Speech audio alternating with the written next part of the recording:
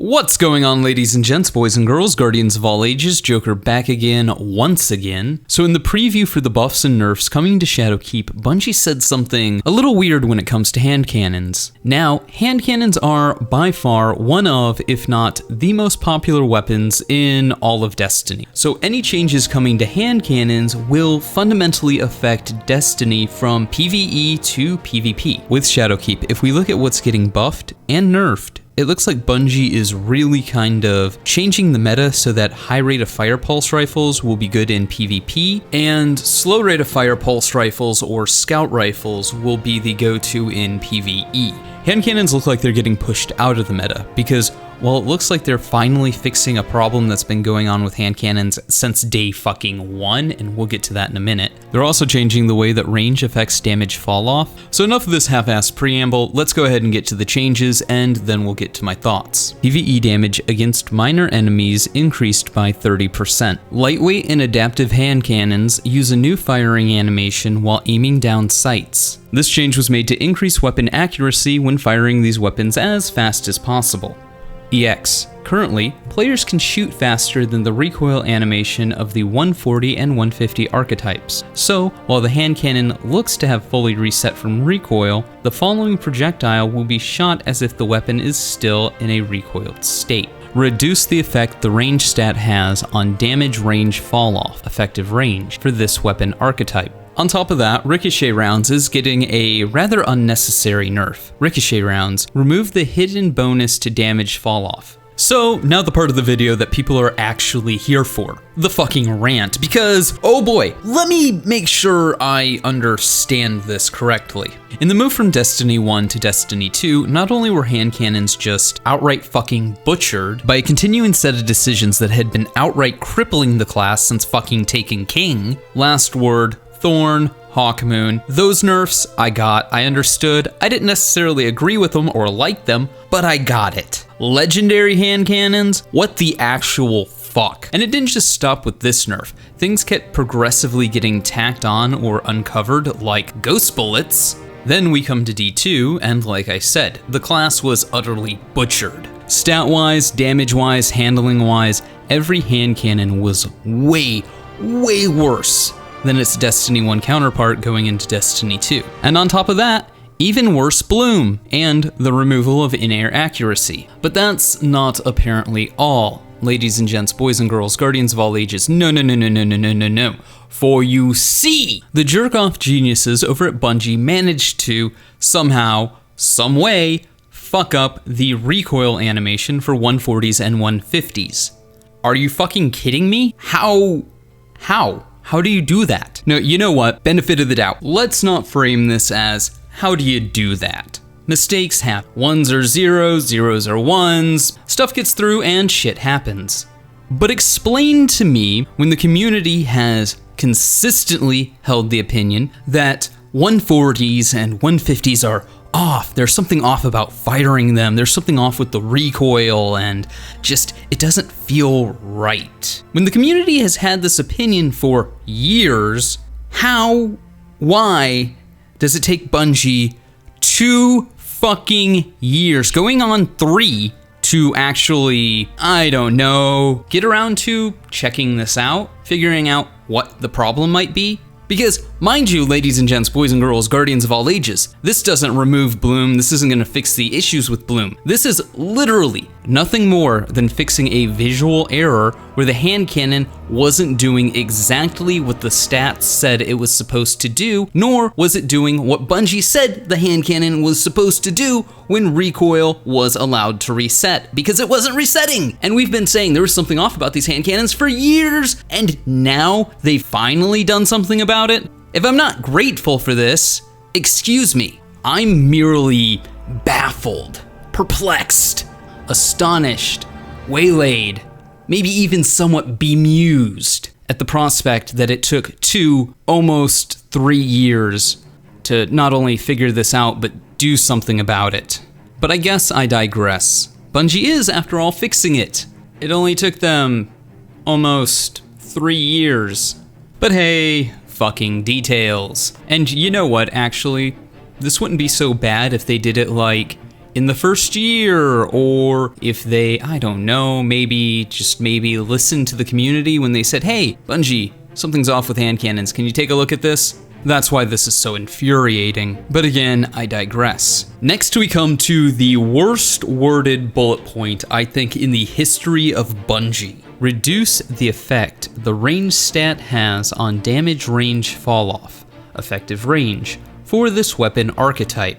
And if watching other YouTube channels try to explain what this actually means is any indication, I'm not the only one who sat here, read this, and went, wait, what? There are only two ways that this plays out. Either A, this is a really good change, or B, this fucking kills hand cannons. If done in a good way, this will lessen the effect of the damage falloff, essentially allowing for people to pick other perks that aren't accurized rounds, or rangefinder, or the range masterwork, which are all currently essential for making a max range hand cannon, which, because of range falloff, because the way aim assist is tied to range, and the way that aim assist contributes to bullet magnetism, maxed ranged hand cannons are the most consistent hand cannons in the game. Now there's a case for stability as well, which the poorly explained reason for why stability is good on hand cannons is it helps reset bloom quicker. That's not even remotely quite accurate, but that's kind of the TLDR. That's what most people will at least notice, except for the fact that that's not how hand cannons apparently have worked for the last nearly 3 years, so details. If done in a way that benefits hand cannons, this reduction in the dependence of range to determine how damage falloff works on hand cannons will allow people to experiment with other perks.